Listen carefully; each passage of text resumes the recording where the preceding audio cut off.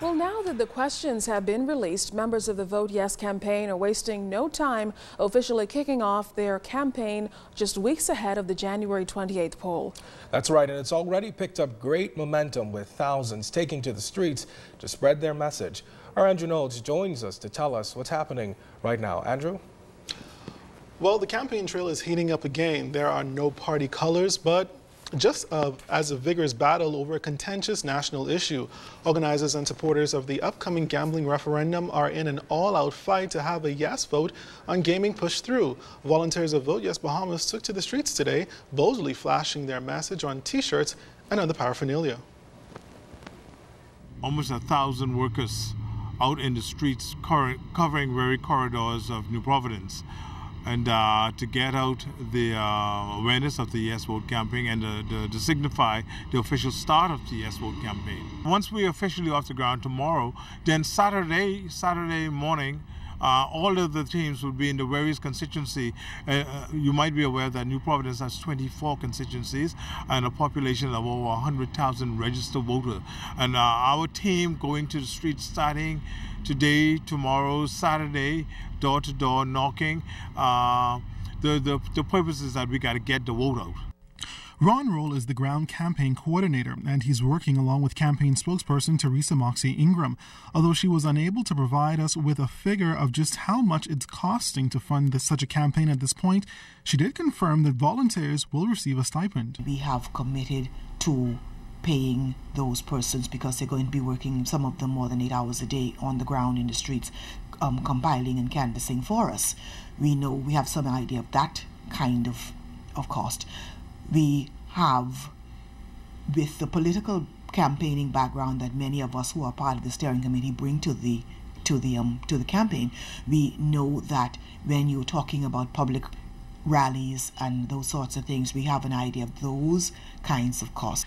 Mrs. Moxie Ingram also confirmed that the group has been in talks with several of those pastors who are in favor of regularizing the numbers business. We were very pleasantly surprised, actually, when they came out with and made public their position. Now, we know, of course, that a couple of them had stated previously what they felt about it. We were very pleased when we saw that alliance growing.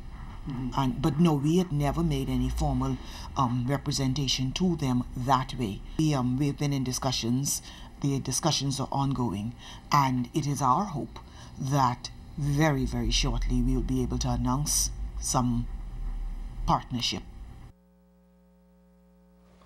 Now, the first Vote Yes event will be held tomorrow evening. It's a public concert and rally featuring a number of Bahamian entertainers, DJs, and speakers who will get the message out. The rally will be held at R.M. Bailey Park beginning at 6 p.m. All right, thanks a lot, Andrew. Well, yesterday we heard that the Bahamas Telecommunications Company breached its operating license and could face millions of dollars in fines. That handed down by the utilities regulator following an extensive investigation into BTC's nationwide outage last June. And that time, land and cell service was interrupted for an entire day after backup systems failed to kick in during a power cut.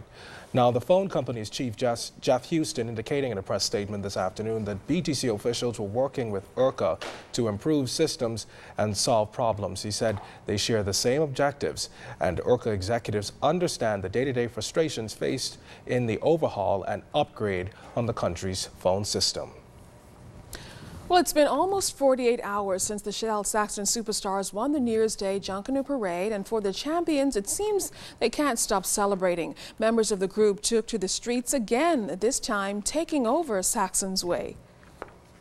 After that Boxing Day defeat, fourth place, we had to deal with the Wally and one family. We had to make a statement.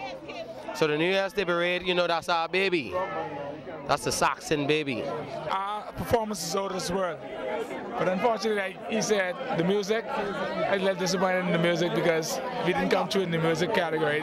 They felt like one family had better music, but it is what it is. You can't come there. We still the real music champs, but you know, we will be back. You know, this is the Saxons. We don't die, we just multiply. New Year's, we rectified ourselves. We came out as who we are, and we manifested it.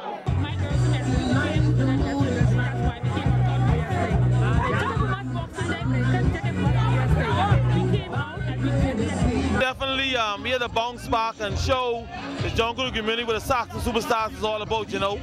At this time, you know, I would like to say thank you to my sponsor, Sun Oil, you know, for giving us a tremendous drive and pulling off, you know, both successful parades. You know, also I would like to say thank you to all our fans and my group members for supporting the Saxons on this bounce back. You know, it was a job well done amongst all the members of the organization. Now, with the Junkanoo season at the halfway point, with the major parades completed and more Family Island parades to come, the minister responsible for culture is analyzing how things have gone so far. We had 3 fantastic parades. We had Junior Junkanoo, which was the 25th Jubilee. We saw the kids coming from the islands. You saw if we have a truly national parade, what happens with Spanish Wells, Harbour Island, South Andros.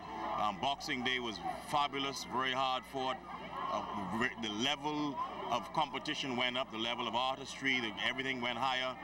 Normally people think, well, you know, New Year's will be a little easier, but no, everyone came back again at this New Year's parade. Happy New Year to everyone in the Bahamas, by the way. God bless you, Godspeed.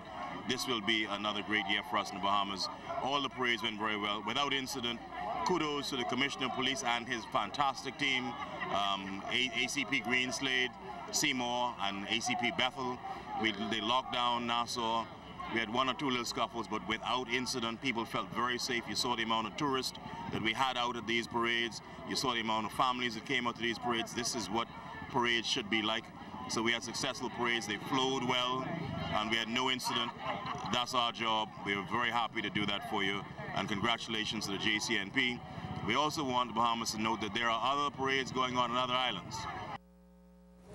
Hundreds of Bahamians who flock to Bay Street every year to soak in the sights and sounds of the country's #1 cultural event, Junkanoo, believe that Bay Street has somewhat outgrown the event. But Chairman of the JCNP, Silbert Ferguson, says to change the venue, 1 or 2 things must happen first.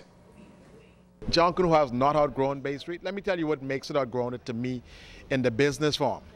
We have approximately 8,500 seats out there, and we can't sell them. So it hasn't outgrown Bay Street.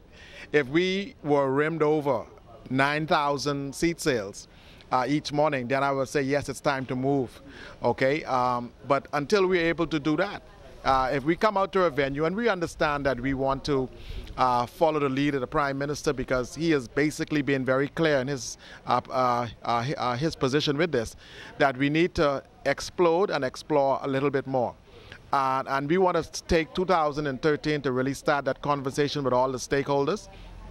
And as soon as we're able to come up with a venue,